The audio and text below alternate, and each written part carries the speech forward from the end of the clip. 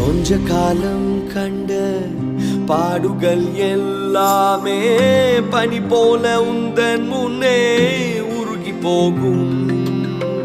கொஞ்ச காலம் கண்ட பாடுகள் எல்லாமே பனி போல உந்தன் முன்னே உருகி போகும்.